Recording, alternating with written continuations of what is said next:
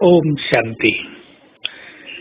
वो आत्माएं बहुत बहुत भाग्यशाली हैं जिनका श्रृंगार रोज सवेरे सवेरे स्वयं भगवान करते हैं, ज्ञान योग से श्रृंगार करते हैं।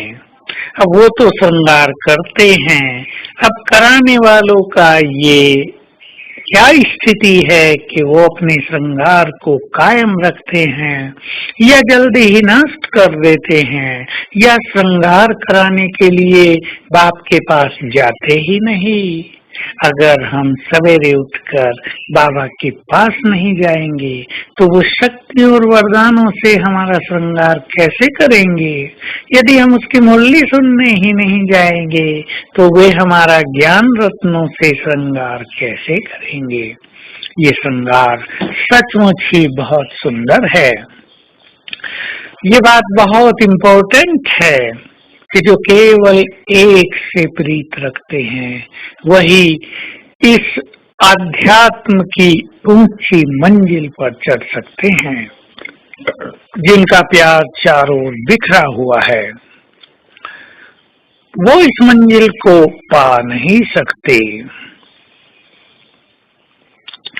जो एक बात से संपूर्ण प्यार रखते हैं उनकी सभी श्रेष्ठ आशाएं भी पूर्ण हो जाती हैं।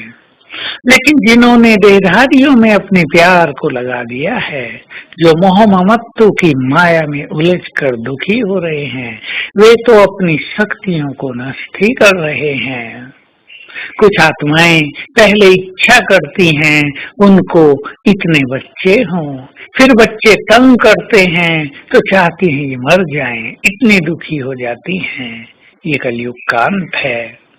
यहाँ अगर आप ममत्व को ज्ञान योग के बल से छोड़ेंगे नहीं तो अब समय आ रहा है जब आपको अपना मोह ममत्व त्यागना ही पड़ेगा, और बलपूर्वक मोह ममत्व से मुक्त होने से आत्मा बस नष्ट प्राय जैसी हो जाएगी, उसकी खुशी चली जाएगी, उसे दिल में बहुत दुखों की फीलिंग होगी कि जिनको उसने प्यार दिया वे उसे छोड़कर चले गए, वे उसे तड़पता देखकर कोई मदद नहीं कर रहे हैं, वे तो उसके अपने हैं ही नहीं। और तब आभास होगा जिसके लिए तुमने जीवन लगा दिया वो तो तुम्हारी ओर देखते भी नहीं है।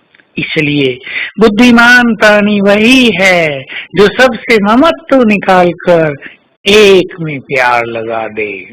देहधारियों से ममत्व तो जन्म जन्म करते आए, हमें क्या मिला है?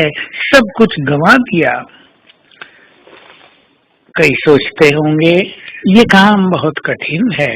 कठिन नहीं है, इसकी विधि अति सरल है। यदि विधि को अपना लिया जाए तो ये समस्या समाप्त हो जाती है। और विधि है, पहले तो एक के प्यार में थोड़ा थोड़ा समय भी मग्न होना, और दूसरा जिन आत्माओं से बहुत मोह ममत्व है उन्हें आत्मिक दृष्टि से देखकर श्रेष्ठ वाइब्रेशंस देना। जब हम उन्हें आत्मिक दृष्टि से देखेंगे तो उनको हमसे जाने वाले गुड वाइब्रेशंस प्रेम की फीलिंग कराएंगे, और आत्मा देखने से उनसे मोह ममत्व स्वतः ही कम होता जाएगा। कई आत्माएं तो मोह ममत्व की जंजीरों में इतनी जकड़ी हुई हैं कि उसे तोड़ना भी उन्हें भारी लगता है। मोह की मीठी मार उन्हें मार रही है। जैसे आजकल डायबिटीज एक स्लो पॉइजन बन गया है, वैसे ही मोह ममत्व भी बहुत भयंकर स्लो पॉइजन है। जो आत्मा की खुशी को नष्ट करता है उसे परमात्म प्राप्तियों से दूर करता है। चाहते हुए भी, निश्चय होते हुए भी आत्माएं प्रभु पालना का सुख नहीं ले पाती, यहीं उलझ कर रह जाती हैं। तो आइए आज सारा दिन अपने सभी मित्र संबंधियों को, विशेषकर उनको जिनसे बहुत ममत्व है, आत्मिक दृष्टि से देखें। ये हमारी आत्मिक दृष्टि उन्हें वाइब्रेशंस का अनुभव कराएगी। स्पेशली भी मैं मास्टर सर्वशक्तिवान हूँ, विश्व कल्याणकारी हूँ, इस नजर से उन्हें देखेंगे तो उन्हें श्रेष्ठ वाइब्रेशंस प्राप्त होंगे। और बीच बीच में बाप दादा का अपने पास आह्वान भी करेंगे। ओम शांति।